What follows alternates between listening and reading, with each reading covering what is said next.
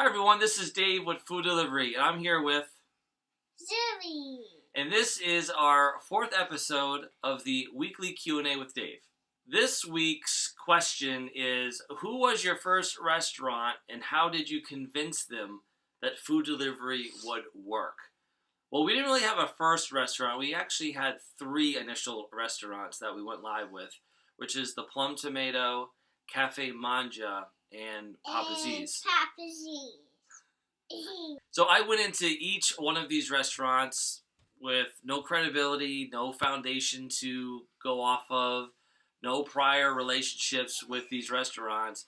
All I had was a vision, a plan, and hope. So if you went into these restaurants, how would you get them to sign on to food delivery?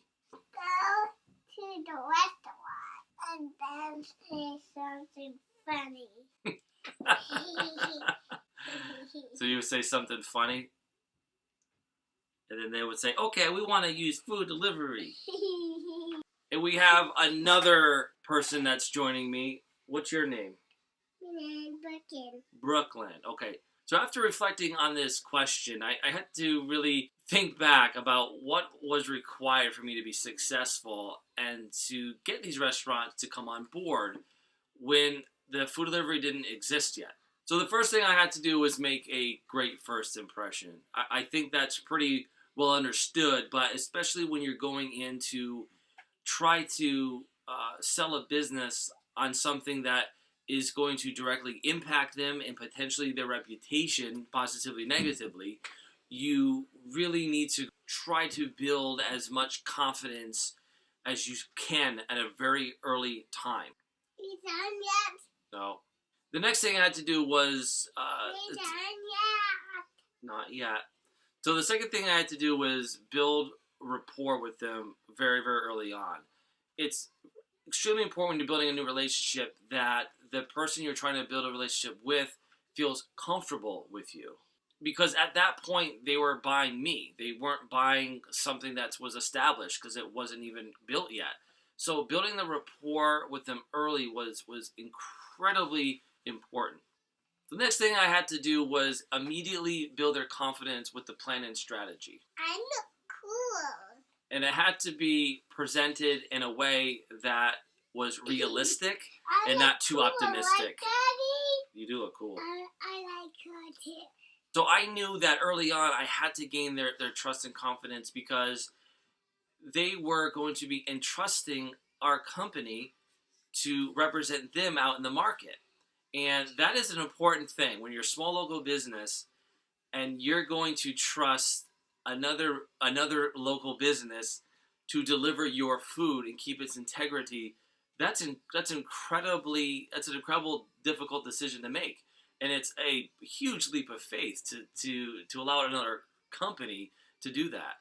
And to ensure that we were going to build that confidence and not trap them into any long-term contract, we did a month-to-month contract with them. And we continue to do that. Because if our performance isn't up to par, then I agree that they shouldn't be using us. So far so good. Things have been going really well. But especially early on, the month-to-month contract and giving them the confidence to say that, look, if it's not working out, I can leave food delivery, right? So that was very important, that we had to build their trust over a long period of time and give them a way out if we weren't delivering. So after the contract was signed and there was the next step to actually execute against the plan and the strategy, I had to obsessively focus on delivering perfectly. So that meant even before we started, we needed the proper training, technology, and the plans in place. In business, your success starts well before you open your business. That means a lot of preparation before you start that business. The proper plans, processes, like I mentioned, all the technology, and getting the right people on board. So I got lucky in the sense that the early restaurant adopters got what we're trying to do, and they were on board with it. And they had experience with delivery, either thinking about doing it themselves or had did it in the past in a prior life. They all understood it, and they understood the value it brought to their business and how much an asset it was to them. So to answer the ultimate question, how did I convince these early adopters, these early restaurants to join food delivery? It was just a combination of building trust, being open and honest about what we're trying to accomplish, building a strong relationship with them, that they're starting to believe in me, what I can do for them, and them just truly understanding the value of what we were doing. If you can't provide the value in what you were doing, and people are not understanding that value, then there's nothing for them to buy, or nothing for them to vote on, or there's nothing for them to participate in, or help you with, or donate to. You have to provide the value, and they have to be understanding from their perspective and how that benefits them. So for Dave and Sorry. thank you for watching, and happy delivery. Say happy delivery. Happy delivery. So what's your favorite part about food delivery? The pizza part. The pizza part? When I said I'll make them laugh. You make them laugh? Yeah. Do you like getting food delivery? Yeah. What's your best part about getting food delivery to our house? Doing this. What are you doing? Do you say, hi, delivery person? So it's when the delivery person comes to the door, what do you do? Show me what you do. Open up the door. And then what? And then I say hi. And then what? What do they give you?